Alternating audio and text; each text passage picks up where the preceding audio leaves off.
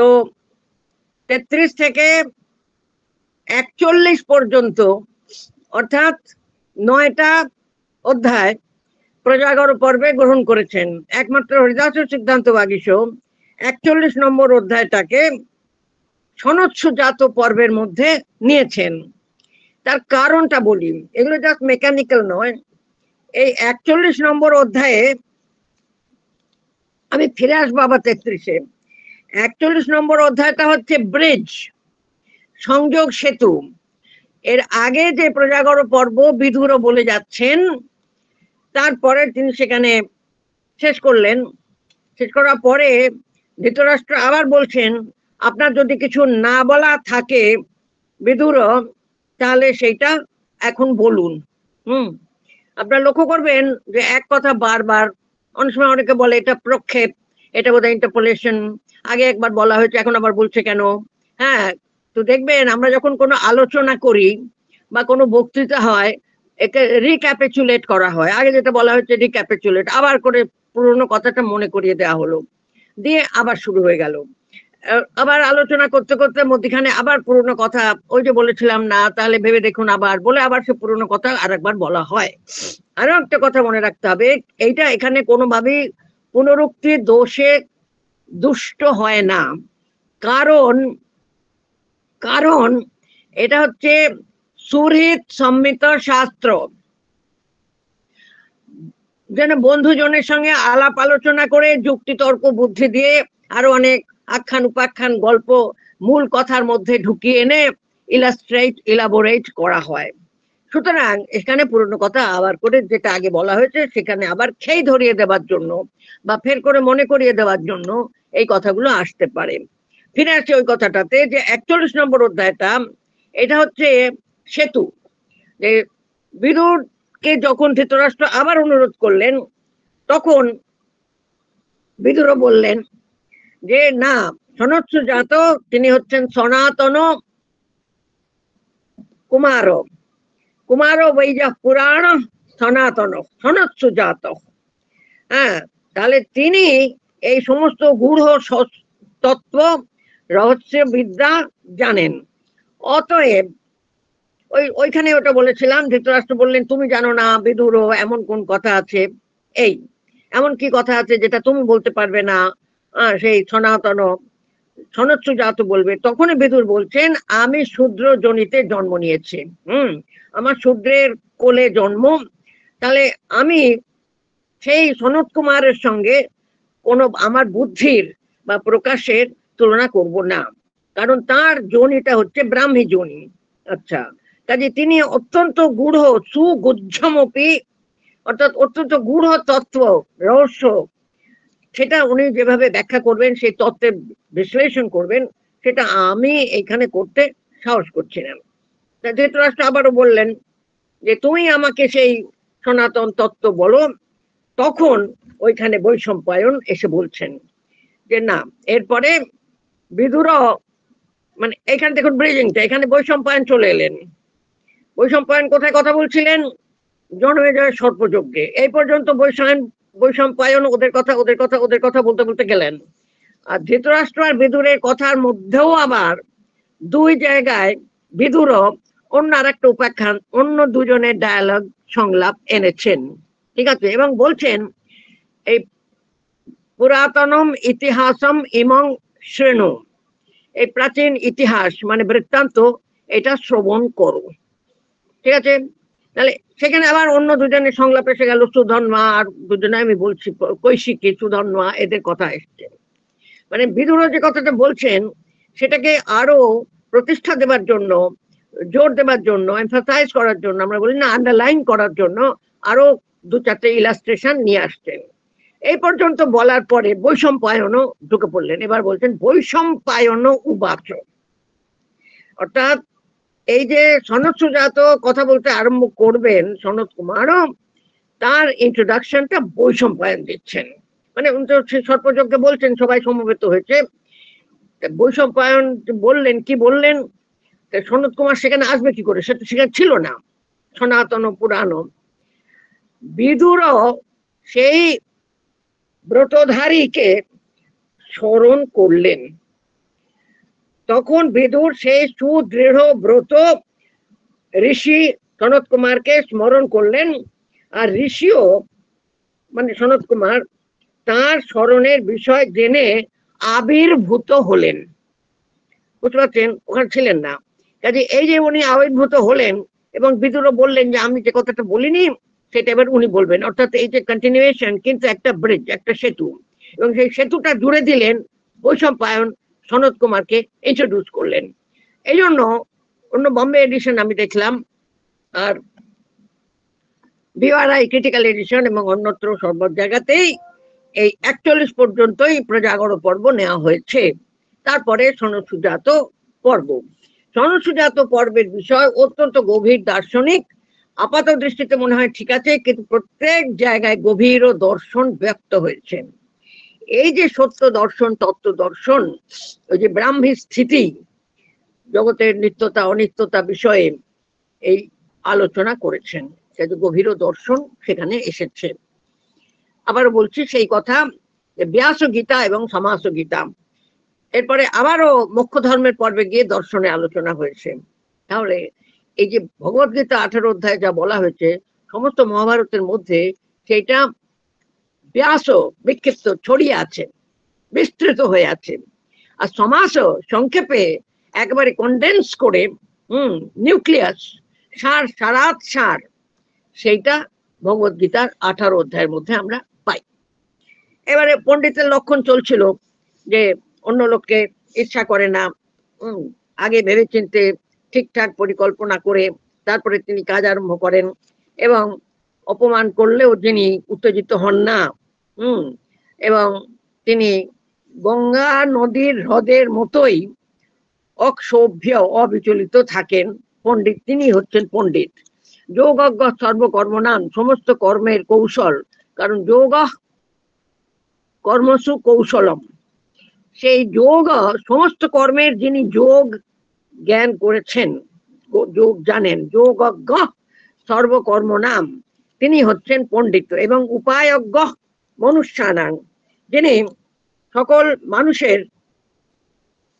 উপায় জানেন, মানে উপায় কিসের জন্য উপায় জানবেন, তাদেরকে বোঝার জন্য, তাদেরকে বশ করবার জন্য, তাদেরকে প্রভাবিত করে নিজের দিকে আনার জন্য,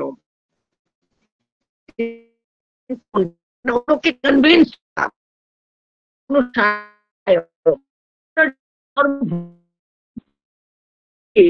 কোন বলছেন কয়েকমাত্র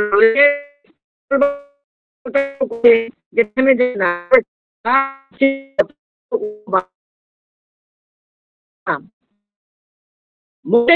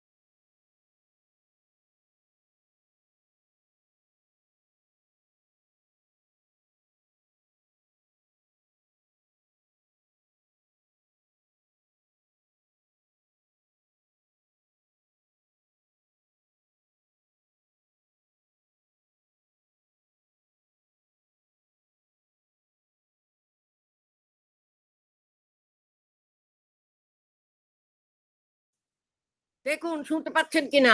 আর কিছু করার নেই আমার। বেশ, তিনি কথা বলতে আরম্ভ করে থেমে যান না, থ্যাংক ইউ। তিনি তর্কবিদ্যায় অভিজ্ঞ, বলতে আরম্ভ করে যাকে থেমে যেতে হয় না, তার কথা খুব বিচিত্র বিষয় অবলম্বন করে থাকে এবং অত্যন্ত দ্রুত, যিনি সমস্ত গ্রন্থের ব্যাখ্যা করতে পারেন, আর যিনি উহবান, দীর্ঘ উহবান মানে তর্ক করতে সমর্থ। ঠিক আছে, তারপরে হচ্ছে যার অধ্যয়ন নিজের বুদ্ধির অনুরূপ এবং সেই বুদ্ধি শাস্ত্রানুসারিণী, এবং যিনি সজ্জনের মর্যাদা নষ্ট করেন না। অসংভিন্নার্য মর্যাদ, এই যে আর্যের মর্যাদা যিনি সংভিন্ন করেন না, অর্থাৎ ভঙ্গ করেন না, মর্যাদা হানি করেন না। এই যে আর্য, এই আর্যটা এখানে জাতিবাচক কোনো শব্দ নয়, শিষ্ট, শিক্ষিত, বিশিষ্ট মানুষ, সেটাই এটা এখানে বলা হয়েছে। আর্য শিষ্ট, সজ্জন, যিনি সজ্জনের মর্যাদা নষ্ট করেন না, তিনি হচ্ছেন পণ্ডিত।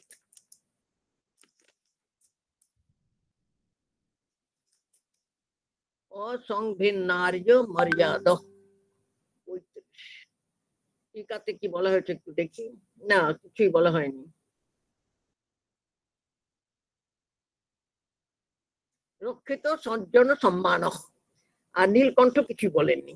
যাকে, কারণ এটার বলার মতো কিছু না, এটা বললেই সবাই তখন বুঝতো।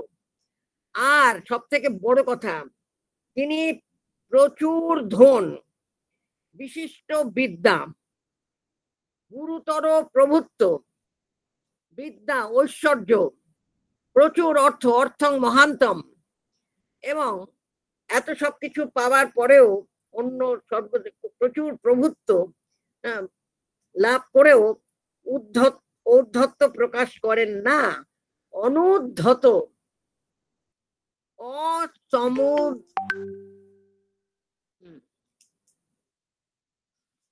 বিহরতি বা বিচরতি অসমুন্নদ্ধ।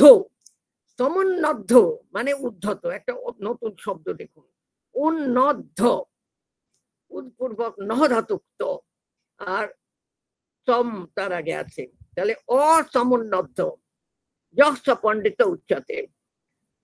আর মূর্খকে, এরপরে মূর্খের লক্ষণ আরম্ভ হলো, যে কোন না যেন অশ্রুত, অশ্রুত মানে কানে শোনা হয়নি বলে তো শোনা যায়নি, আর অশ্রুতটা কারো বিশেষণ হিসেবে যদি যায় মানুষের, তখন হচ্ছে যে শ্রুতি অর্থাৎ অধ্যয়ন করেনি। তাহলে কোন শাস্ত্র অধ্যয়ন না করেও অশ্রুত হয়েও যে খুব উদ্ধত, সমুন্নদ্ধ, পণ্ডিত হচ্ছেন অসমুন্নদ্ধ, আর মূর্খ হচ্ছে সমুন্নদ্ধ। আর দরিদ্র হয়েও খুব গর্ব করে সবাইকে দান টান করে বদান্য হতে চায়। আর কাজকর্ম না করেও বা অসৎ কার্যের করে, অসৎ কার্য সম্পাদন করে তিনি প্রেপসু, কি করতে চান, ধন উপার্জন করতে চান। অকর্মণা অর্থান প্রেপসু, অর্থাংশ চা কর্মণা প্রেপসু। অকর্ম মানে বুঝতে পারছেন খারাপ কাজ, তাহলে অকর্ম করে, খারাপ কাজ করে, দুষ্ট কর্ম করে, অসৎ কর্ম করে যিনি অর্থ উপার্জন করতে চান, তিনি, তাকে পণ্ডিতেরা মূর্খ বলেন। মূঢ় ইতি উচ্চতে বুধৈষ, বুধ মানে বুধবার নয়, বুধ মানে পণ্ডিত, হ্যাঁ, বিজ্ঞ, পণ্ডিত ব্যক্তি। হ্যাঁ, আর বিবুধ মানে হচ্ছে দেবতা। বিবুধ শব্দের প্রথম বটা অন্তস্থ ব, বি উপসর্গ, আর বুধ শব্দের বটা বর্গীয় ব, কারণ ওটা বুধ ধাতুর ব। যাই হোক, বলতে বলতে যেতে হয় বিবুধ। তারপরে কি, যে নিজের কাজ পরিত্যাগ করে অন্যের কাজ করতে যায় এবং কোনো বন্ধুকে বাঁচাবার জন্য মিথ্যে কথা বলে, মিথ্যা চরতি, মিত্রার্থে মিথ্যে সাক্ষী টাক্ষী দেয়, লুকোবার চেষ্টা করে অন্যের অন্যায়, মিথ্যা চরতি, বদতি বলেননি কিন্তু, মানে সর্বপ্রকার কায়েন মনসা বাচা, শরীরে ফিজিক্যালি কোনো কাজ করে কিংবা মনে মনে কোনো কিছু করে আর কথা বলে, চরতি মিথ্যা আচরণ করে, তার জন্য মিত্রার্থে বন্ধুর জন্য। আচ্ছা, যশ সেই হচ্ছে সমূঢ় উচ্চতে, মূঢ় মানে হচ্ছে মূর্খ। আর যা পাওয়ার কথা নয়, অপ্রাপ্য, অকাম, সেটাই সে কাময়তি, মানে অপ্রাপ্যান কাময়তি বলতে পারতো, কিন্তু এটা বলা হয়নি। অকামান কাময়তি এই সুরেলা অনুপ্রাসটা আনার জন্য ইয়হ কাময়ানান পরিত্যজেত। আবার দেখুন ম্যাডাম, পার্বতী ম্যাডাম আছেন মনে হচ্ছে, হ্যাঁ, কাময় মানম, এই হচ্ছে পানিনীয় সংস্কৃত, কিন্তু যেমন আগে আমরা পেয়েছি চিন্তয় আনম, এখানেও কাময়ান অপানিনীয় প্রয়োগ। এবং যিনি অলভ্য বস্তুকে লাভ করতে চান, আর যারা তাকে চায়, যারা ভক্ত, কাময়ান মানে যারা তাকে কাময় মানো, যারা তাকে চান, তার কাছে আসতে চান, তাদেরকে পরিত্যাগ করেন অহংকারে। আর যারা শক্তিমানকে, বলবানের উপরে তারা বিদ্বেষ করেন, সেও মূর্খ। আর অমিত্রং কুরুতে মিত্রং, মিত্রং দেশটিহীন অস্তিত্ব, যে শত্রু তার সঙ্গে গিয়ে খুব বন্ধুত্ব করার চেষ্টা করে। আর যে মিত্র মানে বন্ধু, তাকে দেশ করে, বিদ্বেষ করে এবং তাকে হিংসা করে, মানে হত্যার মনোভাব নিয়ে তার সঙ্গে চলে। সংস্কৃতে হিংস্র ধাতুর মানে বধ করা। আচ্ছা, আর কি করে, দুষ্টম আরভতে চ, মানে দুষ্কর্ম আরম্ভ করে, সে হচ্ছে মূর্খ। আর কি করছে সে, আবার বলছেন ভরত শ্রেষ্ঠ, ভরতর সভ, ভরত ঋষভ সন্ধি করে হলো, আবার সম্বোধন করলেন হে ভরতর সভ। এটা সংক্ষেপে যে কাজটা করা যায় সেটাকে যে বিরাট করে লম্বা করতে চায়, আর যেটা সব বিষয়ে যা সন্দেহ হয় সে হচ্ছে মূর্খ। ক্ষিপ্রার্থে চিরং করতি, দেরি করা, সেটা হচ্ছে বিলম্বং করতি না বলে যুক্তাক্ষর বাদ দিয়ে চিরং করতি বলতে পারি। চিরং মানে চিরকাল, চিরং মানে দেরি, এই অব্যয়টা অনেক কিছু প্রকাশ করে। ক্ষিপ্রার্থে যেটা দ্রুত সম্পন্ন করা দরকার সেটা করতে খুব দেরি করে, সে হচ্ছে মূর্খ। আর সবসময় সকলকে সন্দেহ করে। আর কি, যে পিতৃশ্রাদ্ধ, এই দেখো ধর্ম কার্যগুলো করে না, আগেই বলা হচ্ছিল না, গোড়াতে বলে দেওয়া হয়েছে বেদবিহিত যাগযজ্ঞাদি কর্ম অধ্যয়ন, বেদাধ্যয়ন, ইজ্জাধ্যয়ন দানানি তপসত্যং, এসব বলা হয়েছিল। এই যে বলছেন এখানে যে পিতৃশ্রাদ্ধ করে না, দেবতার পুজো করে না, এবং সৌহার্দ্য প্রীতিযুক্ত বন্ধুকেও পায় না, সেই হচ্ছে মূর্খ। সুহৃত মিত্রঞ্চ ন লভতে, এই সুহৃতটা হচ্ছে মিত্রের বিশেষণ, কি চমৎকার ভাষার প্রয়োগ। মিত্রং, কিরকম মিত্রম, সুহৃত, যদি পুংলিঙ্গ হতো তাহলে সুহৃদম হতো না, সুহৃদ এবং মিত্র তা নয়, কারণ সুহৃদ শব্দের একটা অর্থ আছে, মিত্র শব্দের একটা অর্থ আছে, কিন্তু এখানে মিত্র শব্দের বিশেষণ হচ্ছে সুহৃদ, ওটা ক্লিবলিঙ্গে আছে। তাহলে সদুপদেশকারী বন্ধু রূপে কোনো মিত্রকে সে পায় না। আর কি, এটা খুব দরকারি কথা, প্রায় প্রায় শুনেছেন, এবং হিতোপদেশের মধ্যে এই সবগুলো আছে।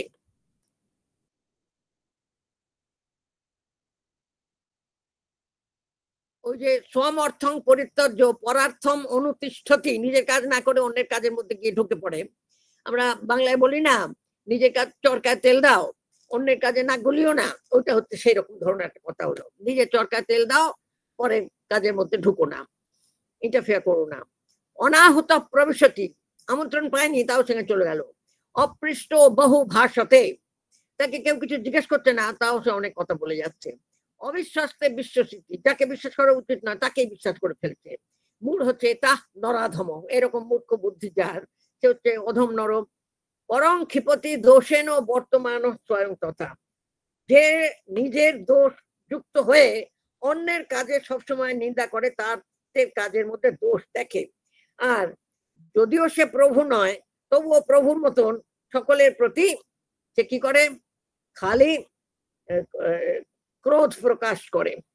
ক্রুদ্ধতি অনিশান, ঈশান মানে ঈশান কোন নয়, ঈশান মানে ইস ধাতু, মানে প্রভুত্ব শাসন করার ক্ষমতা যারা আছে, মানে সেরকম নয়, অনিশান ন ঈশান, একটা নকার এসে গেল মাঝখানে, তার প্রভুত্ব বলে কিছু নেই, ক্ষমতা টমতা কিছুই নেই, তাও সবার উপরে সে চোটপাট করে খুব রাগ করছে। সে শুধু মূর্খ নয়, মূঢ়তম। হ্যাঁ, সব থেকে খারাপ মূর্খ, মূর্খতম। এইখানে একটা প্রয়োগ আছে ম্যাডাম, পার্বতীর জন্য ইন্টারেস্টিং হবে। সেটা হচ্ছে আত্মনঃ বলম অজ্ঞায়। জ্ঞা ধাতু সঙ্গে লপ হয়েছে, কিন্তু নয় প্রত্যয়টা থাকলে তখন কিন্তু তোয়ার হওয়ার কথা। অজ্ঞাতোয়া, অদত্তোয়া, অপঠিতোয়া, এটাই মোটামুটি আমাদের শেখানো হয় পাণিনীয় ব্যাকরণ। কিন্তু এখানে খুব সহজেই আত্মনো বলম অজ্ঞায় ধর্মার্থ পরিবর্তিতম অলভ্যম ইচ্ছন নৈষ্কর্মাৎ মূঢ় বুদ্ধির ইহোচ্যতে। আচ্ছা, বলতে নিজের শক্তির সামর্থ্যের কতটা সীমা সেটা জানেই না, সেটা না জেনেই ধর্ম অর্থ পরিবর্জিত। এখন দেখুন আগাগোড়া ধর্মার্থ কামের উপদেশ করা হচ্ছে যাতে সবকটা ব্যালেন্স থাকে।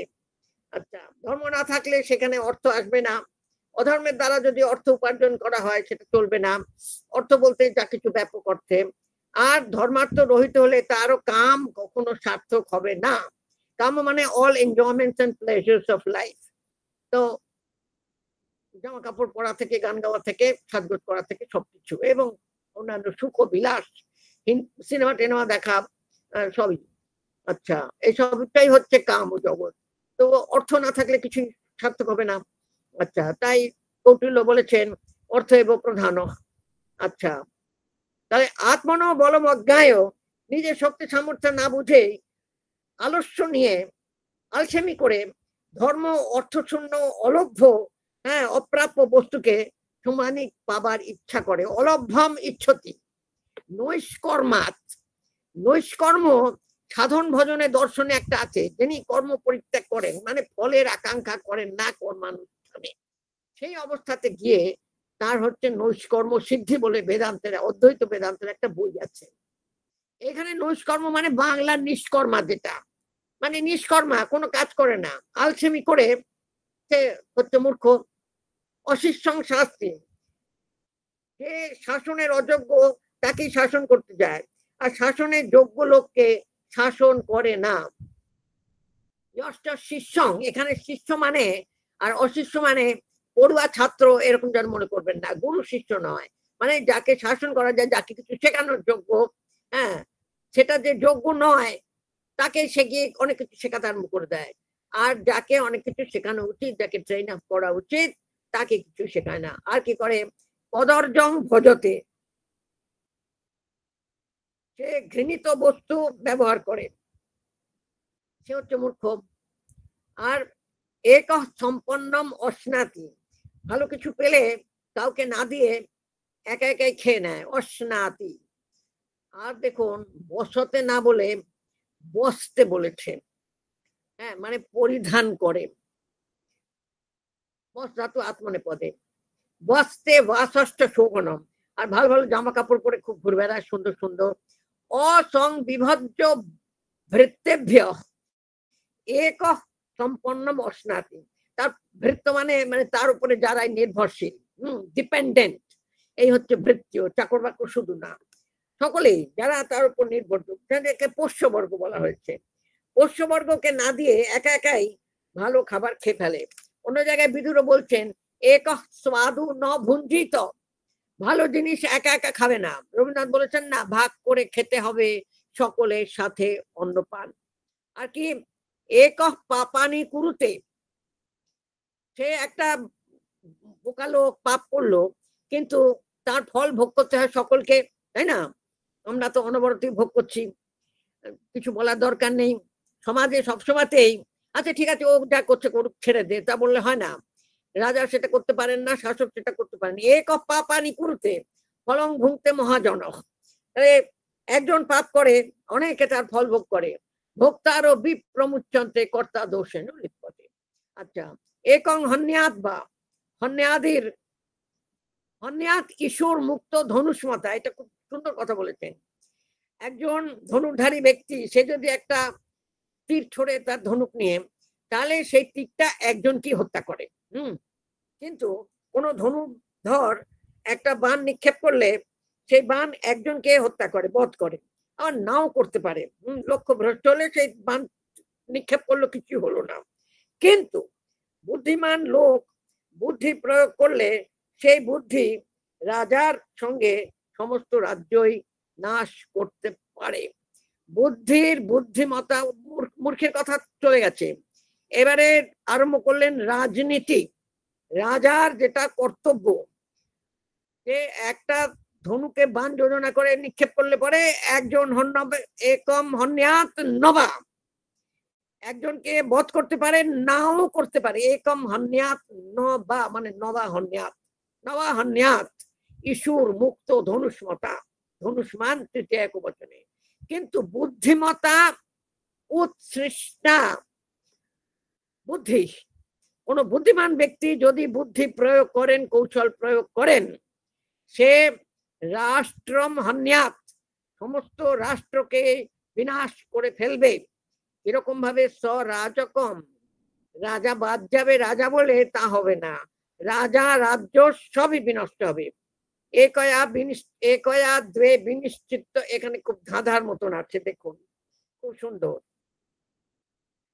রাজন, ওহে রাজা মন দিয়ে শোনো, আপনি একবুদ্ধি দিয়ে কর্তব্য এবং অকর্তব্য এই দুটো বিষয়কে, এখন এইটা কিন্তু শ্লোকে বলা নেই, বলেছে একটা দিয়ে, স্ত্রীলিঙ্গে বলেছে একটা দিয়ে, স্ত্রীলিঙ্গ মানে একটা কি হবে, বুদ্ধি।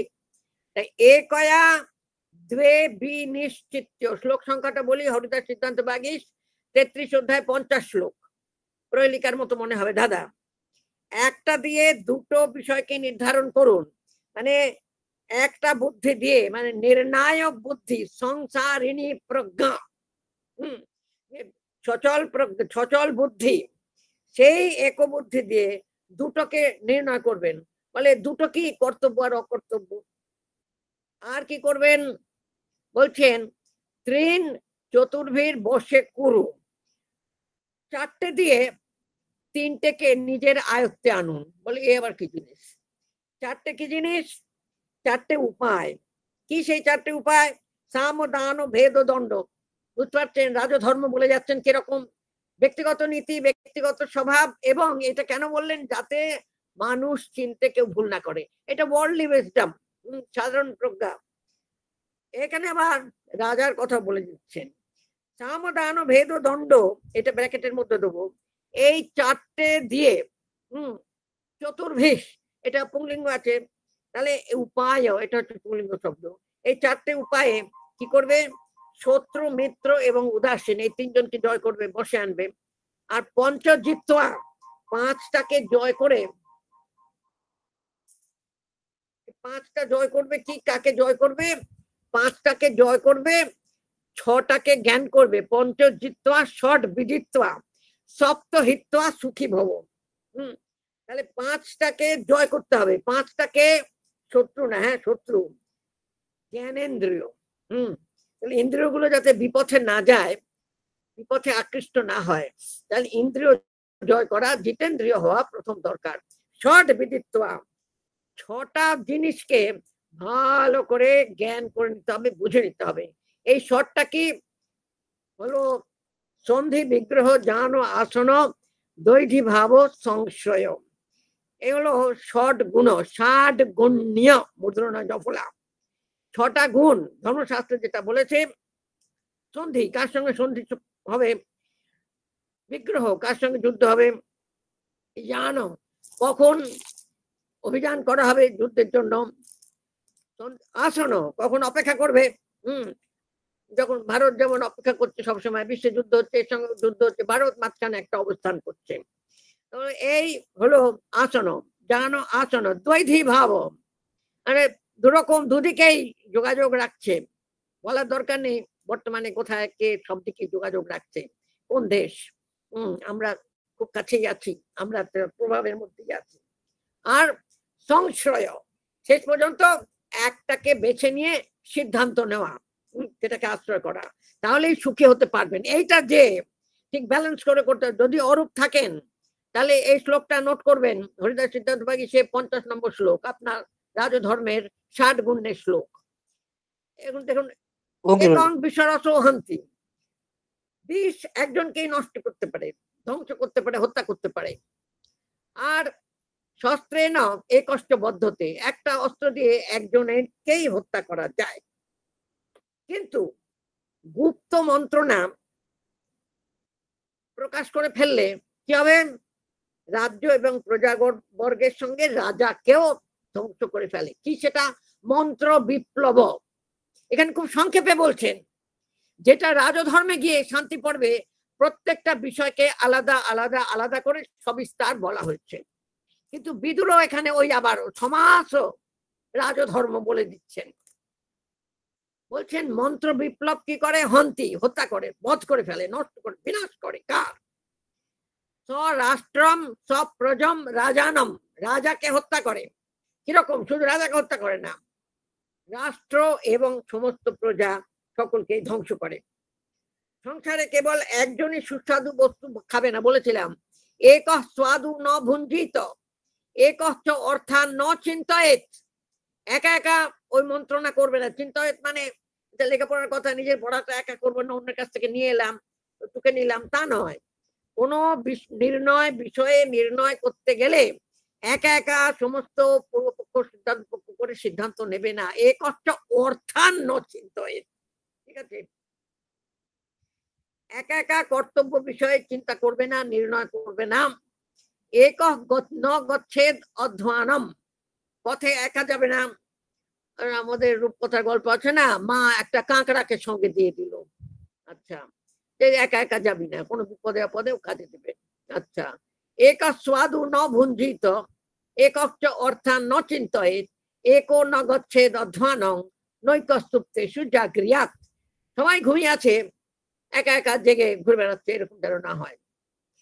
বলছেন এবার ক্ষমার কথা বলেছেন,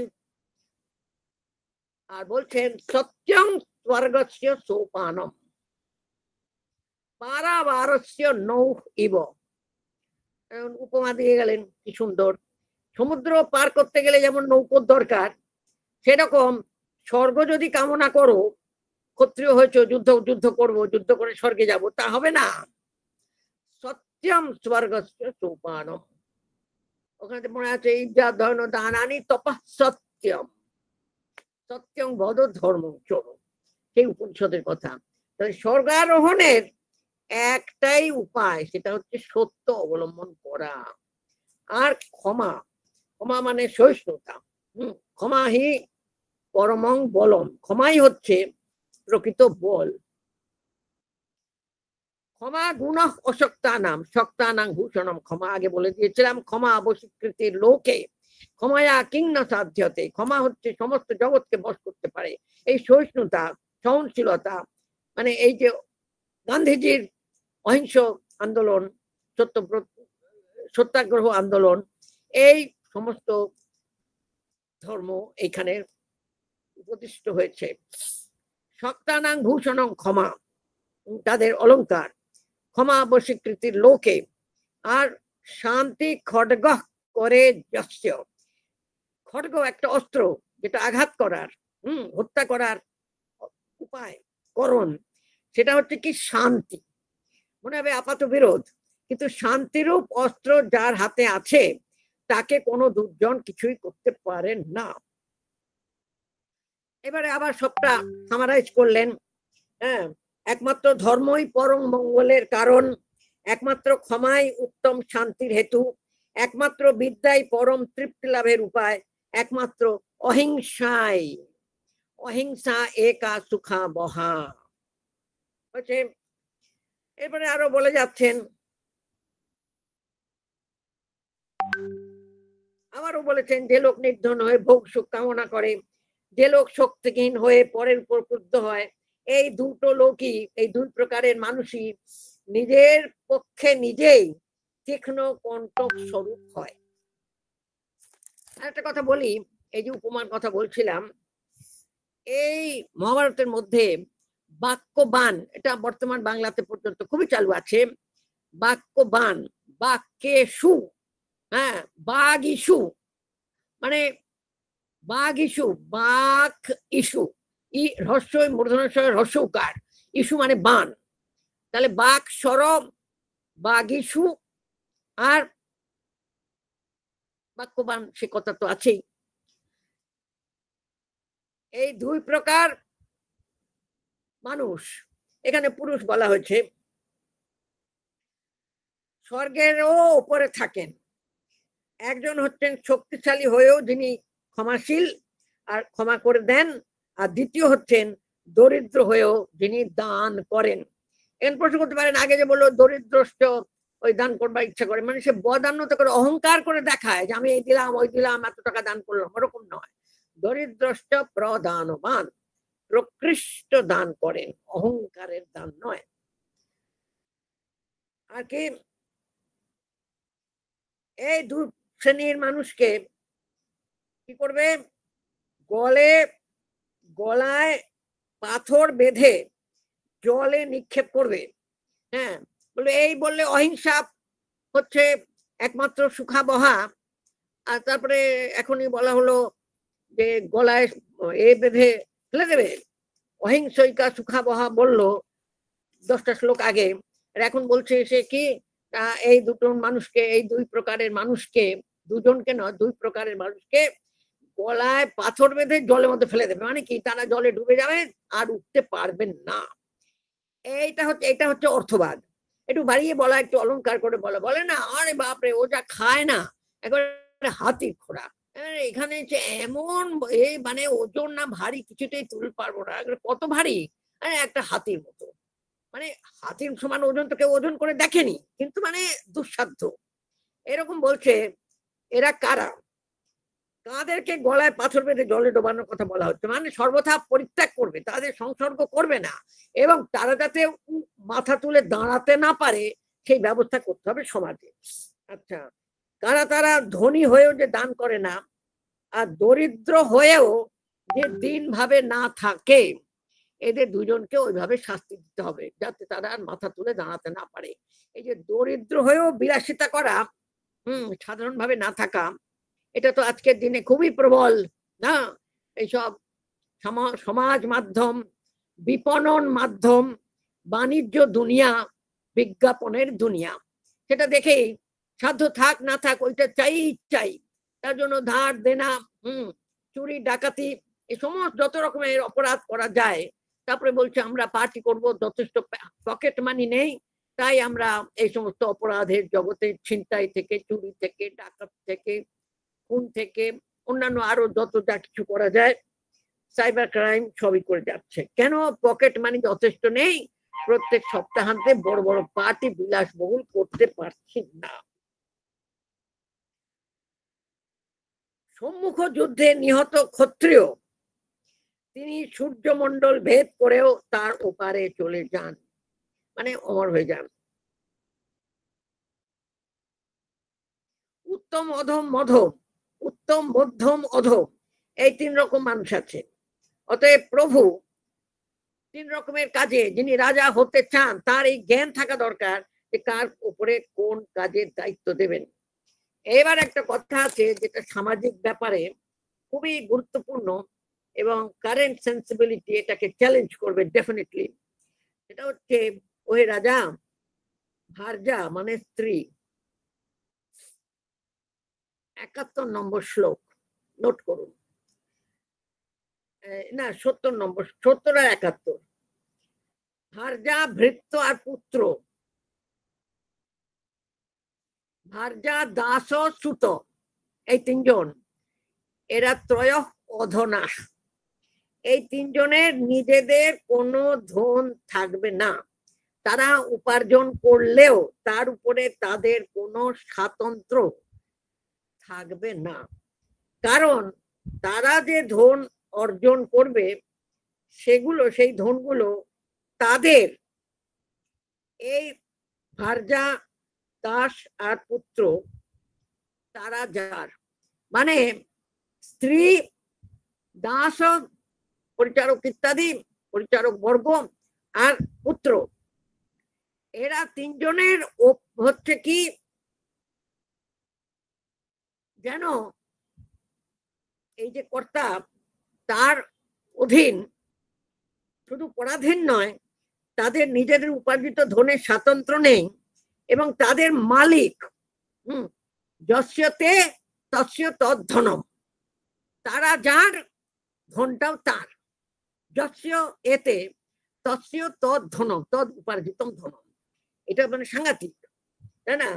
যে মেয়েরা টাকা পয়সা রোজগার করলেও সেটা তার হবে না, ছেলে টাকা রোজগার করলেও সেটা তার হবে না, মানে সবাই অধীন, যে যার নাম মালিক।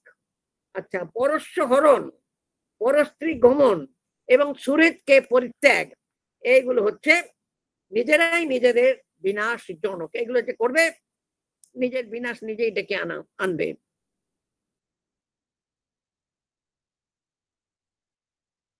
দীর্ঘসূত্রিতা করবে না। অল্পজ্ঞ, অল্প প্রজ্ঞ, তাদের সঙ্গে মন্ত্রণা করবে না। এটা রাজনীতি, কার কার সঙ্গে মন্ত্রণা করবে, কার কার সঙ্গে করবে না। যারা অলস দীর্ঘসূত্রী লোক তাদের সঙ্গে মন্ত্রণা করবে না। যার বুদ্ধি কম তার সঙ্গে অলসের সঙ্গে মন্ত্রণা করবে না। যারা কেবল চাটুকারিতা করে তাদের সঙ্গে মন্ত্রণা করবেন না, কারণ পণ্ডিত লোক সেগুলোর কারণ বুঝতে পারেন। ওরা গিয়ে মন্ত্র ভেদ করবে, ওদের কাছে বলে দেবে চতুষ্করণ দয়া মন্ত্র রক্ষিতব্য, সেটা করবে না। এবারে খুব দরকারি কথা, সমাজের জন্য, ব্যক্তিগত পরিবারের জন্য, নীতি এবং রাজনীতির ক্ষেত্রে ধৃতরাষ্ট্রকে বলছেন, খুবই সুন্দর। মাননীয় রাজা, আপনি শুনুন, আপনি সম্পত্তিশালী এবং গৃহস্থ, সুতরাং আপনার ঘরে 4 শ্রেণীর মানুষ বাস করুক। বৃদ্ধ জ্ঞাতি, নিরাশ্রয় কুলীন, দরিদ্র সখা এবং সন্তানহীনা ভগিনী, এরা সবসময় সজ্জনের গৃহে যেন স্থান পায়। জ্ঞাতি বিরোধ যেন না করে। আজকাল তো জ্ঞাতি মানে নিজের পিতামাতাকেও আর ঘরে থাকতে দিচ্ছে না কেউ। একটা সুন্দর শব্দ পেলাম, সাধ্যস্ক, মানে সদ্য ফল যার থেকে পাওয়া যায় সেটা হচ্ছে সাধ্যস্ক, মানে সদ্য, সদ্য থেকে সাধ্যস্ক, দন্তস্বয়কার দজ ফলা দন্ত সয় কয়।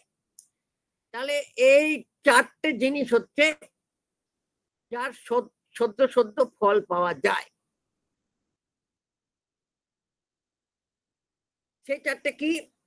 দেবতাদের সংকল্প, বুদ্ধিমানদের অনুভব, আর কৃতবিদ্যদের বিনয়, আর পাপীদের পাপ কর্ম।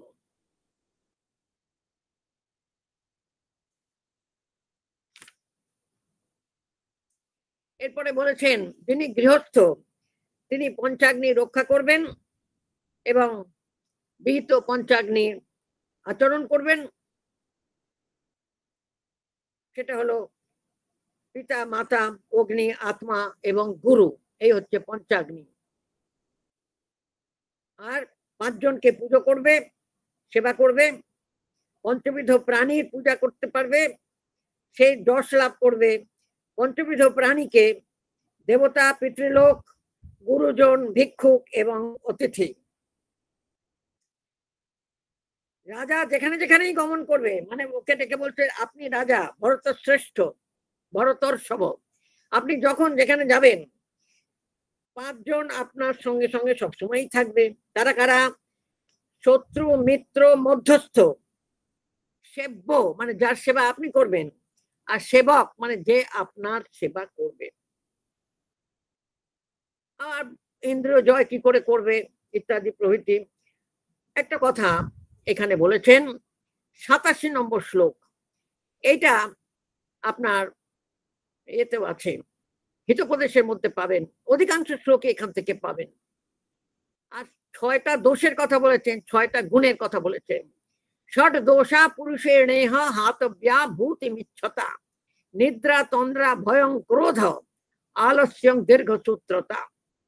মানে ঘুমানো, ঝিমানো, ভয়, ক্রোধ, আলস্য এবং হচ্ছে হবে, করছি, করবো, গয়ঙ্গচ্ছ ভাব, দীর্ঘসূত্রতা। এই 6টা দোষ উন্নতিকামী মানুষ সবসময় পরিত্যাগ করবে।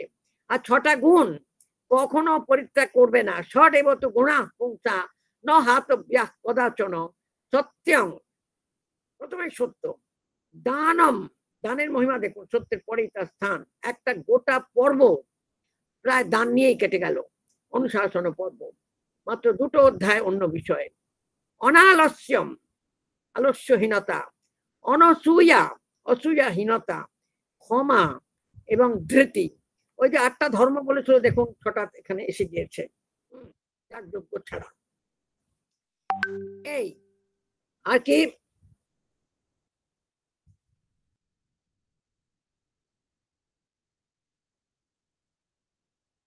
মানুষ সমুদ্রে বিদীর্ণ নৌকোর মতো করে 6 জনকে পরিত্যাগ করবে। তারা কারা?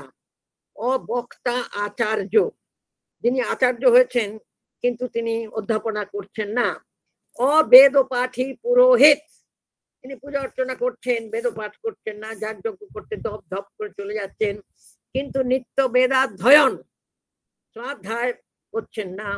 অরক্ষক রাজা, অরক্ষিতারং রাজানম, যে রাজা রক্ষা করে না। অপ্রিয় বাদিনী ভার্যা, তো যে স্ত্রী মিঠে কথা বলে না তাকেও ত্যাগ করতে পারা যায়। আর সম্পূর্ণ গ্রাম অভিলাষ করছে যে গোপাল, মানে ওই গোপালক, যদি গ্রাম কামঞ্চ গোপালম, শুধু মানে গ্রামে থাকবে তো গরু চড়ায়, যে সে তো গরু পালন করে, গোপালক তো গ্রামেই থাকবে, বলে না। সে বলছে সমগ্র গ্রামটাকেই যে দখল করতে চায়। আর যে নাপিত বলে শহরে থাকবো না, গ্রামে গিয়ে থাকবো। হ্যাঁ, নাপিতের কাজ কি? শহরে ওইসব বিউটি পার্লার টার্লার চালাবে, তো নইলে কি করে হবে।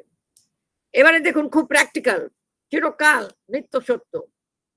এগুলো ভালো লাগবে আপনাদের, যে 6টা সুখের কারণ, সব হিতোপদেশের শ্লোকগুলো আছে। অর্থাগম, নিত্যম অরোগিতা, নিরোগ অবস্থা, টাকা পয়সা রোজগার, প্রিয়াচ ভার্যা, পছন্দ মতো স্ত্রী, এবং সেই স্ত্রী আবার কিরকম? প্রিয় বাদিনী, মধুর ভাষিনী। অশ্বাষ্ট পুত্র, ছেলেমেয়েরা বসে থাকবে। হ্যাঁ, অর্থ করেই চ বিদ্যা, এমন বিদ্যা অর্জন করবে যেটাতে অর্থাগম হবে। এরকম 6টা যদি থাকে তাহলে সুখ থাকবে। এইখানে কয়েকটা শ্লোক, যে সোশ্যাল ইমপ্লিকেশন, সেটা এখানে আছে। যে কখনোই পাপ করবে না, ঐশ্বর্য পেয়েও অন্ধকার করবে না। এই এই 6টা থাকলেই তাহলেই মানুষ লাভ করে, 7 নম্বর আর কিছু নেই। হ্যাঁ, আর কি,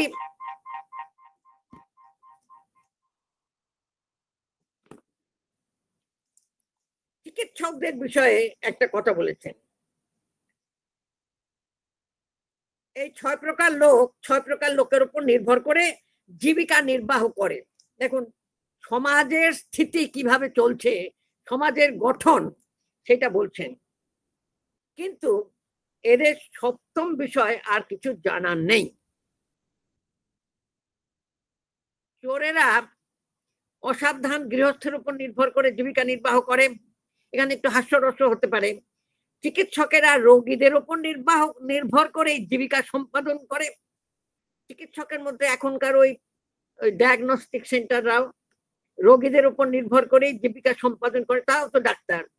কামিনীরা কামুক পুরুষের উপরে নির্ভর করে জীবনের উপায়, জীবিকা সংগ্রহ করে।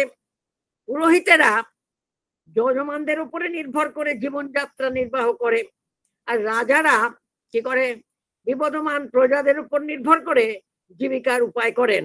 মানে প্রজাদের মধ্যে যদি ঝগড়াঝাটি অনবরত থাকে, তাহলে তারা রাজাকে পদ থেকে সরাবার কথা ভাববে না। দ্বিতীয়ত, তার যে বিচারালয় ধর্মাধিকরণ, সেটা তো প্রজারা যদি মোটে বিবাদ না করে, তাহলে আর ধর্মাধিকরণ বিচারশালা থাকবেই না।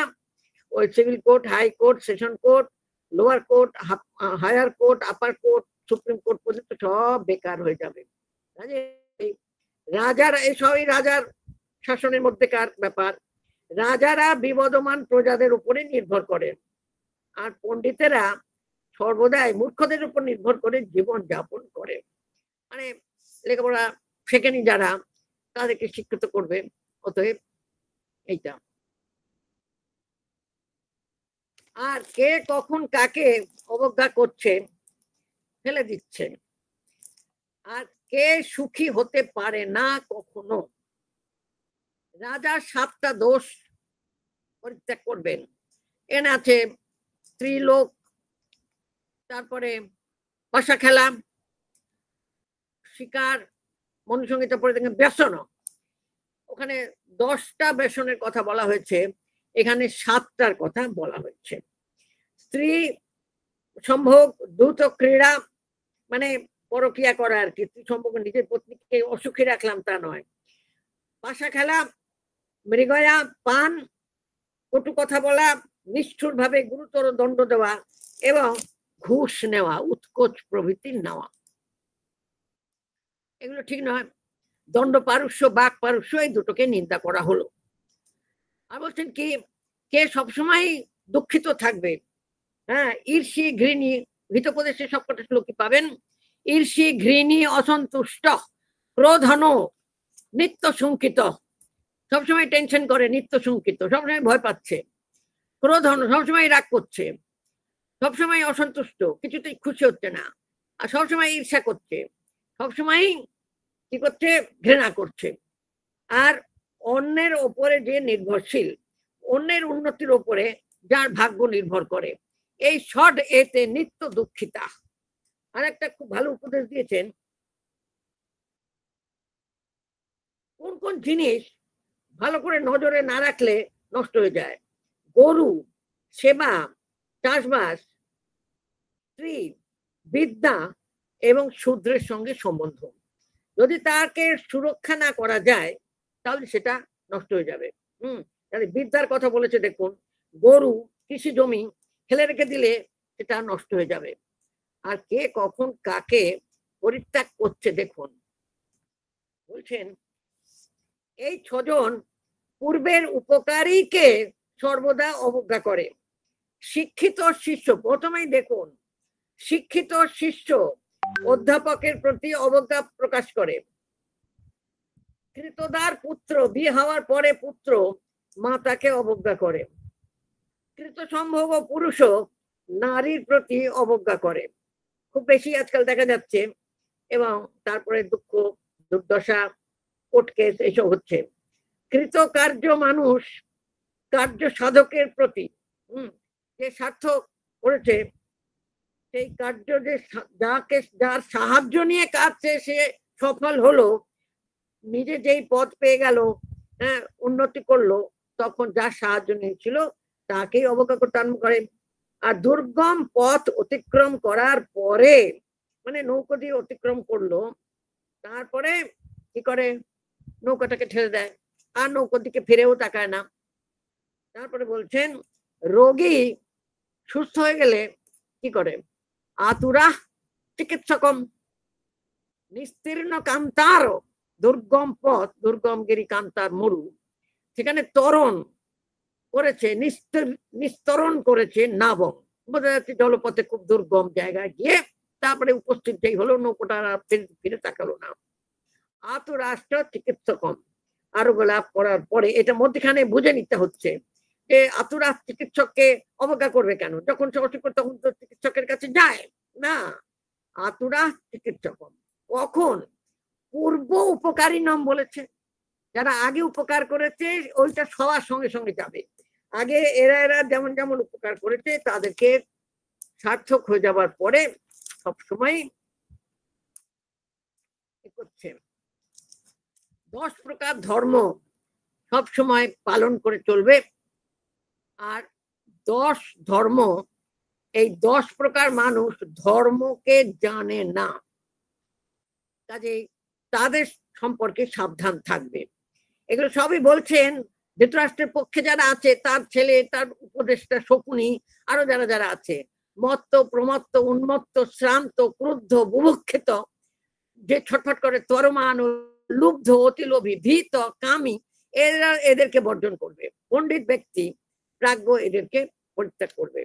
এর মধ্যে একটুখানি দর্শনের কথা হয়ে গেল। এই শরীরটা হচ্ছে বুদ্ধি, সত্য, ইন্দ্রিয় দমন, শাস্ত্র জ্ঞান, পরাক্রম, মিতভাষিতা, যথাশক্তি দান এবং কৃতজ্ঞতা, এই 8টা গুণ মানুষকে উজ্জ্বল করে। 8টা গুণ।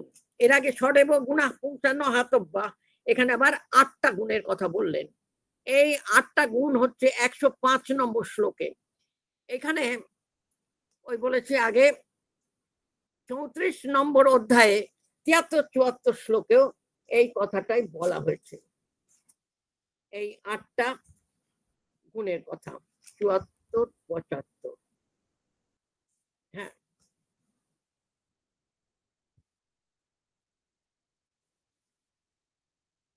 আর কার কি বল, এটা 34 অধ্যায়ে বলা হচ্ছে 76 নম্বর শ্লোক।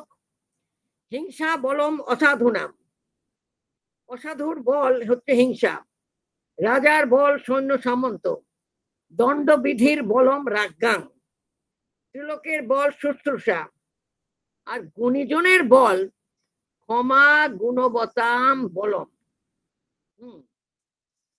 ওই রাজা, আমি মনে করি বাক সংযম অত্যন্ত দুষ্কর, আবার সারার্থ যুক্ত অথচ বিচিত্র বহু কথা বলতেও পারা যায় না, সেও অতি দুষ্কর। সংযত করাও দুষ্কর। আচ্ছা, মধুর বাক মঙ্গল উৎপাদন করে, কটু বাক্য অনর্থ ঘটায়। এই 8টা গুণ 73 নম্বর শ্লোক 34 অধ্যায়। অনসূয়া সরলতা, পবিত্রতা, সন্তোষ, প্রিয়বাদিতা, ইন্দ্রিয় দমন, সত্য এবং অচাঞ্চল্য, আত্মপরিমাণক জ্ঞান, জীবিকা নির্বাহের জন্য শারীরিক পরিশ্রম না করা, ক্ষমা, সর্বদা ধর্মানুষ্ঠান, সত্যবাক্য এবং দান, এইগুলো হচ্ছে অধম লোকেরা কখনো করতে পারে না। এরপরে বলছেন 107-33 নম্বর অধ্যায়, খুব সুন্দর। মানুষের শরীরে, মানে মানুষ বলেননি, বলেছেন নবদ্বারম ইদং বেশম, একটা দার্শনিক ধাঁধা। এই ঘরটাতে 9টা দরজা আছে। আর কি আছে? 3টে স্তম্ভ আছে, আর 5টা আচরণীয় বিষয় আছে। পঞ্চসাক্ষিকম বলছে 5টা সাক্ষী আছে, ক্ষেত্রজ্ঞ আছে। এইটা যারা যিনি জানেন এই ব্যাপারগুলো, নবদ্বারম ইদং বেশম, দ্বিতীয় একবচন, ত্রিস্থুনং, পঞ্চসাক্ষিকম, সব বেশম। বেশমন মানে কর্মণ শব্দের মতো, মানে গৃহম, তাহলে কক্ষম। তাহলে এই কক্ষ বা বেশম, এই গৃহতে 9টা দরজা আছে। নবদ্বারম দেহম, দর্শনে বলা হয়েছে মানুষের শরীরে 9টা ছিদ্র আছে। হংস লীলায় অতে বহিষ, আর হংস মানে জ্ঞান বাইরে ঘুরে বেড়াচ্ছে। ত্রিস্থুনং, 3টে স্তম্ভ আছে। তারা কি? 107। এখানে ব্যাখ্যা ভারত ভাবদীপ খুব লম্বা। বাত, পিত্ত, কফ, এই হচ্ছে 3টে স্তম্ভ। স্তম্ভবৎ ধারকা, পঞ্চ সাক্ষী। পঞ্চ সাক্ষী আবার কি? বলছেন না, পঞ্চ ইন্দ্রিয় সাক্ষীবৎ আদরণীয়া যত্র তৎ। আর যিনি এগুলো জানেন তিনি হচ্ছেন কবি। বেদ উক্ত রূপতয়া জানাতি যহ স পরঃ প্রধানঃ, যিনি জানেন তিনি কেমন, যো বেদ স পরঃ কবি, তিনি শ্রেষ্ঠ কবি, প্রধান কবি। কবি শব্দের অর্থ কি? হরিদাস সিদ্ধান্ত বাগীশ করছেন জ্ঞানী, যথার্থজ্ঞ ইতি। আচ্ছা, আর ভারত ভাবদীপ নীলকণ্ঠ কি বলছেন? বেশম গৃহম পঞ্চভূমিকম, এই পঞ্চ সাক্ষিকম না বলে পাঠভেদ আছে, পঞ্চভূমিকম, তখন হবে পঞ্চভূময় প্রচার স্থানানি। ঠিক আছে। আর কি? আরো একটা কথা বলেছেন, সাক্ষীবাদ উদাসীনা শব্দাদয় গ্রাহ্যা, ওদেরকে সাক্ষী বললেন কেন? আর বলছেন তিস্র স্থূনা স্তম্ভা ইব বিদারকা, বিধারকা যস্য তে চ। এই যে তিনটে হরিদাস সিদ্ধান্ত বাগীশ বললেন কি, বাত পিত্ত কফ এরা হচ্ছে ধারক। আর নীলকণ্ঠ শর্মা ব্যাখ্যা বলছেন তিনটে স্তম্ভ ত্রিস্থূণ, তিন স্তম্ভযুক্ত গৃহ। সেই তিনটে স্তম্ভ কি, অবিদ্যা, কায়, কর্মচ। ঠিক আছে, এই একই পদের টিকাকার ব্যাখ্যা অন্যরকম করবেন। এরপরে অন্য গল্পে চলে এলেন, বললেন 110 শ্লোক। এই বিষয়ে মনীষীরা একটি প্রাচীন বৃত্তান্তের উল্লেখ করেন। এই বৃত্তান্তটা হচ্ছে অসুররাজ সুধন্বয়া, সুধন্বন শব্দ তার পুত্রের কাছে বলেছিলেন। তাহলে অসুরদের রাজা সুধন্বয়া তার পুত্রের কাছে বলেছিলেন। এই শ্লোকে যেখানে বলা হচ্ছে অত্র এব উদাহরন্তি ইমাম ইতিহাসং পুরাতনম, এই পুরনো ইতিহাস বৃত্তান্তটা বলেন। পুত্রার্থম অসুরেন্দ্রেণ গীতং চৈব সুধন্বনা, এবং এই সুধন্বন এইটা বলেছিলেন। এই যে গীত বললেন, এখানে যে শ্লোকগুলো আছে এগুলো অত্যন্ত সুরেলা মতন মনে হবে, যেন আবৃত্তি করে যাচ্ছে। পাঠক করার সময় এগুলো খুব সুন্দর হবে। তিনি আপন সুখে অত্যন্ত আনন্দ প্রকাশ করেন না, অন্যের দুঃখেও আনন্দিত হন না। অন্যের দুঃখ থেকে আনন্দ করে অনেকে, এবং দান করে আবার অনুতাপ করে না, সেই লোকই সৎপুরুষ এবং সৎ স্বভাব। যিনি দেশাচার অবসর মানে অবকাশ, সুযোগ, স্কোপ, জাতি ধর্ম জানেন, তিনি উত্তম অধম বুঝতে পারেন, এবং তিনি যেখানেই গমন করুন না কেন সর্বত্রই বহু লোকের উপরে আধিপত্য করতে পারেন। ধৃতরাষ্ট্রকে বলছেন, অর্থাৎ তুমি বুঝে নাও তুমি এগুলো পারো কিনা। যিনি ছল, মোহ, বিদ্বেষ, পাপ কার্য, রাজ বিশিষ্ট কার্য, খলতা, খল মানে ছলনা, বহু লোকের সঙ্গে শত্রুতা, আর মত্ত উন্মত্ত দুর্জনের সঙ্গে, মত্ত মানে মদপানে যে মত্ত হয়ে আছে, মদিরা পানে, উন্মত্ত মানে যে বুদ্ধিহীন, তার মাথা ঠিক নেই, আর দুর্জন দুষ্ট লোক, তাদের সঙ্গে বাদানুবাদ পরিত্যাগ করেন, এদের সঙ্গে কোনো তর্কাতর্কির মধ্যে যাবে না। আর যিনি ছল, মোহ ইত্যাদি প্রভৃতি করেন না, যা যা বলা হলো, তিনি প্রকৃত বুদ্ধিমান। দান হোম, আবার বলছেন দান হোম, দেবতা পূজা, মাঙ্গলিক কার্য, প্রায়শ্চিত্ত, বিবিধ উপাসনা, উপাখ্যান কথন, এটা খুব ইম্পর্টেন্ট। সজ্জনের উপাখ্যান কথন, এই সকল হচ্ছে নিত্য কার্য, তখন দেবতারা তার উন্নতি সাধন করেন। এবারে বলছেন, দেখুন মন্ত্রণার কথা বলছেন।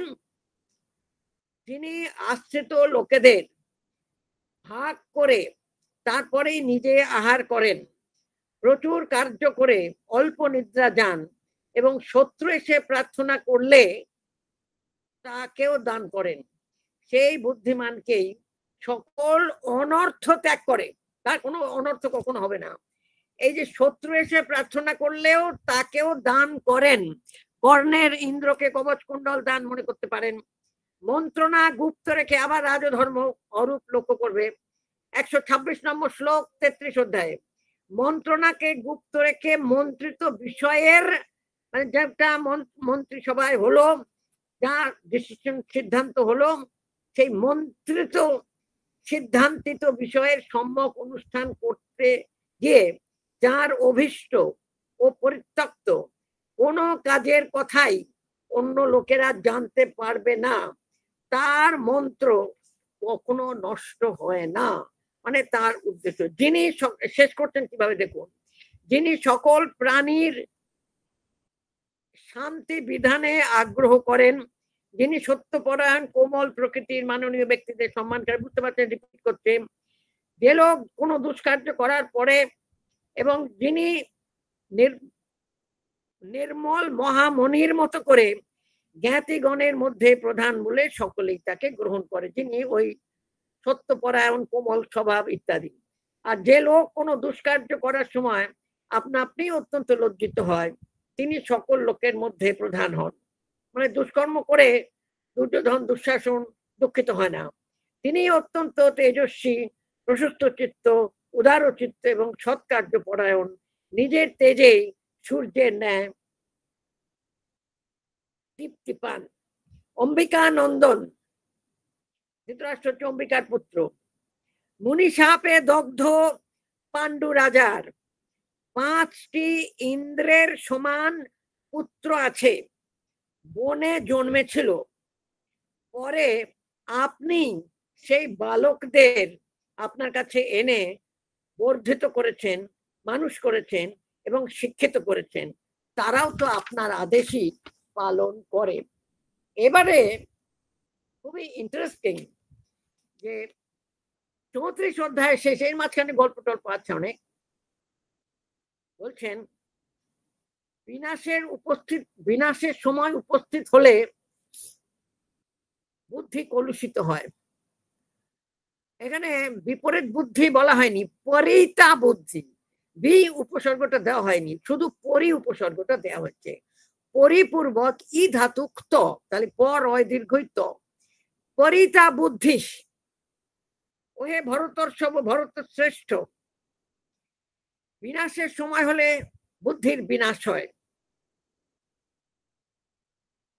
তখন দুর্নীতিকে সুনীতি বলে মনে হয়। ভরত শ্রেষ্ঠ, পাণ্ডবদের সঙ্গে বিরোধ উপস্থিত হয়েছে, সেই দুর্বুদ্ধি এসে সর্বপ্রকারে আপনার পুত্রগণকে আশ্রয় করেছে, অথচ আপনি আপনার পুত্রগণকে সেভাবে বুঝতে পারছেন না।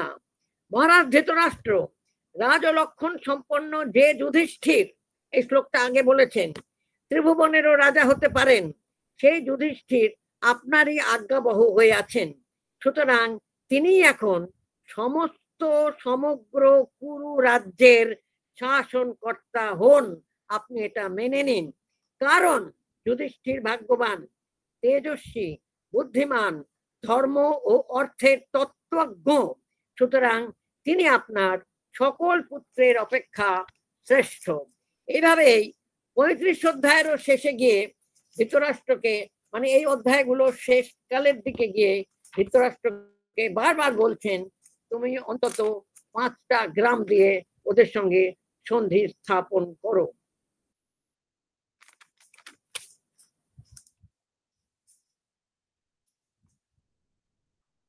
একটুখানি অপেক্ষা করবেন।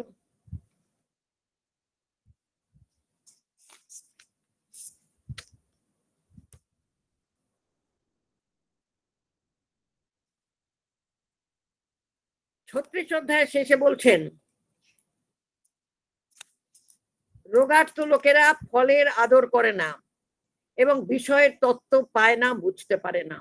রোগীরা সর্বদাই দুঃখে থাকে এবং ধনভোগ কিংবা সুখভোগ কোনোটাই করতে পারে না।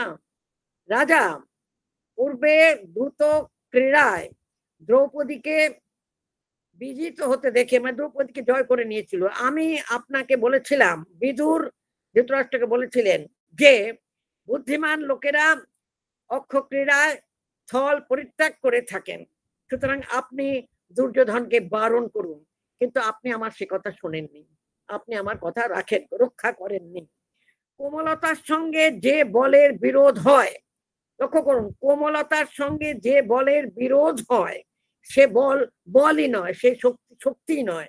অতএব রাজা কোমলতা এবং তীক্ষ্ণতা, এই উভয়বিধ সূক্ষ্ম ধর্মের সেবা করবেন, এই সূক্ষ্ম ধর্মকে আশ্রয় করবেন। তীক্ষ্ণ পুরুষস্থিত সম্পত্তি বিনষ্ট হয়ে যায় শুধু যদি তীক্ষ্ণ বুদ্ধিকে আশ্রয় করে। কোমল এবং তীক্ষ্ণ এই 2 প্রকার বুদ্ধি এবং উভয় ভাব যদি আশ্রয় করে, তাহলে সেই পুরুষ, তিনি তার যে সম্পত্তি সেটা বিশাল, এত বড় হয় যেটা পুত্রগণ ভোগ করে তা নয়, তার পৌত্রগণও, মানে 2-3 পুরুষ ধরে সেই সম্পদ অক্ষুণ্ণ থাকে। আপনার পুত্রেরা, 36 অধ্যায় 72 শ্লোক, সিদ্ধান্ত বাগীশ, হে রাজা, আপনার পুত্রেরা পাণ্ডবগণকে রক্ষা করুক, আবার পাণ্ডবেরাও আপনার পুত্রগণকে পালন করুক। উভয় পক্ষের শত্রু মিত্র এক হোক, মানে আপনাদের যে শত্রু ওদেরও সেই শত্রু এরকম হোক। একদল আপনার দিকে এসে ওদেরকে শত্রু মনে করলো, আর একদল ওর দিকে গিয়ে আপনাদেরকে শত্রু মনে করলো, এরকম না হোক। এবং একই কার্য করুক। তাহলে উভয় পক্ষের শত্রু মিত্র, মানে আপনার পুত্রগণ আর পাণ্ডুর পুত্রগণ, এই দুজনেরই শত্রু মিত্র এক হোক এবং এদের কার্য একই হোক। এইভাবে সমস্ত কুরু বংশীয়রা, এইভাবে সমস্ত কুরু, এই যে জ্ঞাতিদের কথা বললেন, তা জ্ঞাতি বিরোধকে বারবার নিষেধ করেছেন মধ্যখানে শ্লোকান, পরের দিন দেখাবো। এইভাবে কুরু বংশীয়রা সুখী এবং সমৃদ্ধিশালী হয়ে জীবন ধারণ করুক। মাননীয় অজমির নন্দন, আপনি এখন কৌরবগণের মেধি, মানে লিডার, মানে কেন্দ্রীয় ব্যক্তিত্ব। সুতরাং কুরুকুল আপনার অধীন, আপনি রাজা। আপনি নিজের যশ রক্ষা করতে চেয়ে বনবাস দুঃখ সন্তপ্ত বালক পাণ্ডবগণকে রক্ষা করুন। 36 অধ্যায় শেষ শ্লোকে বলছেন সন্ধৎস্ব ভরতর্ষভ, নরদেব রাজা, নরেন্দ্র, একবার বলছেন নরদেব, বলছেন রাজা, নরশ্রেষ্ঠ কুরুনন্দন রাজা সম্বোধন করছেন। শেষ করে আসছেন তো, বলছেন দেখুন বারবার বলছি রাজা আপনি কথা শুনুন, আপনি পাণ্ডবদের সঙ্গে সন্ধি করুন, শত্রুরা যেন পাণ্ডবদের সঙ্গে মিশে আপনার ভেদ প্রার্থনা না করে, অর্থাৎ আপনার বংশে ভিন্নতা, শত্রুতা, অন্তঃকলহ না করতে পারে। পাণ্ডবেরা সকলে সত্য পালন করেছেন, বনবাস করেছেন, অজ্ঞাতবাস করেছেন। আপনি বিরাট পর্বের পরে হচ্ছে উদ্যোগ পর্ব, আপনি দুর্যোধনকে সত্যে স্থাপন করুন। সর্বে দুর্যোধনং স্থাপয়তং সত্যে স্থিতাস্তে পাণ্ডবা, দুর্যোধনং তে পাণ্ডবা সর্বে সত্যে স্থিতাঃ এবং দুর্যোধনং স্থাপয় পুত্র সত্যে, ওইটা আবার বলে নিতে হবে, আপনি দুর্যোধনকে সত্যে স্থাপন করুন। এইভাবে 37-38 অধ্যায় সর্বত্রই এইভাবেই বলেছেন। সত্য ধর্মা ত্বং সপুত্র, তুমি সত্য ধর্ম হও, এক কুলে যেতে জন্মে সেই কুলের মধ্যেই যুদ্ধ বিরোধ করো না। বলছেন পুত্রগণের সঙ্গে আপনি সত্য স্বরূপ, আর পাণ্ডবেরা শাল ও বৃক্ষ স্বরূপ, অতএব লতা কখনো মহাবৃক্ষকে আশ্রয় না করে বৃদ্ধি লাভ করে না। অর্থাৎ পাণ্ডুপুত্রেরা এখন শক্তপোক্ত শাল বৃক্ষের মতো হয়েছে, আপনি সত্য স্বরূপ, আপনার পুত্রেরা সেখানে লতা হয়ে এই শাল বৃক্ষগুলোকে আশ্রয় করুক। পুত্র বর্গের সঙ্গে আপনি বনস্বরূপ, একটি সমগ্র বন, পুত্রবর্গকে সঙ্গে নিয়ে 38 অধ্যায়ের শেষ শ্লোকগুলো, শেষ 3-4 শ্লোক 61, 62, 63, 64 এইগুলো। আর পাণ্ডু পুত্রেরা এখন চুপ করে আছে বলে মনে করবেন না যে তারা শান্ত হয়ে গেছে, তাদের আর কোনো তেজ নেই। কাঠ যখন জ্বলন্ত নয় তখনও তার মধ্যে অগ্নি থাকে, সুযোগ পেয়ে তদ্দারু উদ্দীপ্যতে পরৈশ, অন্যেরা যখন জাগিয়ে তোলে তখন সমীর থেকে অগ্নি হয়, তাই তো? কিন্তু যখন এমনি পড়ে আছে মনে হয় কাঠের মধ্যে আগুন নেই, কিন্তু তা নয়, কাঠের মধ্যে আগুন সুপ্ত হয়ে থাকে। তাই পাণ্ডুদেরকে নিস্তেজ মনে করবেন না, ওরা কাঠ হয়ে আছে, ওদের মধ্যে তেজ আছে, সুযোগ পেলেই জ্বলে উঠবে। আপনি বন হয়ে থাকুন এবং সেই বনে পাণ্ডবেরা সিংহ স্বরূপ হয়ে আছে, সুতরাং সিংহবিহীন বন বিনষ্ট হয়, আবার বনবিহীন সিংহেরাও বিনষ্ট হয়। এই কথাটা 29 নম্বর অধ্যায়ে বলা হয়েছে। নির্ব্যাঘ্রম হন্যতে বনম, নির্বন হন্যতে ব্যাঘ্র। এখানে উদাহরণ দিলেন সিংহের। সিংহের বিহীনং হি বনং বিনশ্যেত, সিংহ বিনশ্যেত ঋতে বনেন। এখানে দেখুন প্রকৃতি সুরক্ষার কথাও এসে গেল। এখন সুন্দরবন নষ্ট হচ্ছে, বাঘের সংখ্যা কমছে, আবার বাঘের সংখ্যা যখন ঠিকঠাক থাকছে, সুন্দরবন সুরক্ষিত হলে বাঘেরাও সুরক্ষিত থাকবে। আর কাঠের মধ্যে অগ্নি থাকে, এই কথাটা আবারও 38 অধ্যায়ে বলেছেন। এরকম ভাবেই মনে হবে যেন এক কথা বারবার বারবার বলছেন। 39 শ্লোকের শেষে আরো জোর দিয়ে বলছেন সন্ধি করার কথা। 38 শ্লোকের শেষে, 29 শ্লোকের শেষে, 40 নম্বর শ্লোকের শেষে, এই শেষগুলো পড়ে পরের দিন আমি ব্যাপারটা শেষ করব। তাহলে ভিতরের বচনের মধ্যে আমরা ব্যক্তিগত নীতি নৈতিকতা, moral and ethics, behavioural morality, social ethics এবং রয়্যাল প্রিন্সিপলস এবং ruling principles for a ruling personality, হ্যাঁ, সেই সোশ্যাল প্রিন্সিপল যদি তিনি না করেন, আর জেনারেল ইউনিভার্সাল যে প্রিন্সিপলস অফ লাইফ, universal যে wisdom for leading life in any situation for any person, সেটা ব্যাখ্যা করতেন। যে কোনো অবস্থায়, যে কোনো বর্ণ, যে কোনো ধর্ম, যে কোনো আশ্রমে অবস্থান করুন না কেন, বর্ণাশ্রম ধর্ম তো প্রধান, যে কমন যে আচরণ বিধি সেটা বলছেন, আবার বিশেষ আচরণ বিধি সেটা বলছেন, আবার রাজধর্ম সেটাও বলছেন। সুতরাং সার নির্যাস আমরা বিদুরের বচনের মধ্যেই পাচ্ছি। ধন্যবাদ, নমস্কার। আশা করি আজকে আর কেউ কিছু বলবেন না, একটু লম্বা হয়ে গেল, কিছু মনে করবেন না। গোড়ার দিকে আপনারা একটু সময় নিয়েছেন, আর নেট বিভ্রাট তো রোজই সময় নিয়ে নিচ্ছে, আমাকে একটু সময় নিতেই হলো, প্রসঙ্গটা শেষ করতে পারলাম। পরের দিন আমি এই জায়গাটা একেবারে সমাপ্ত করে অন্য বিষয়ে চলে যাব। ধন্যবাদ।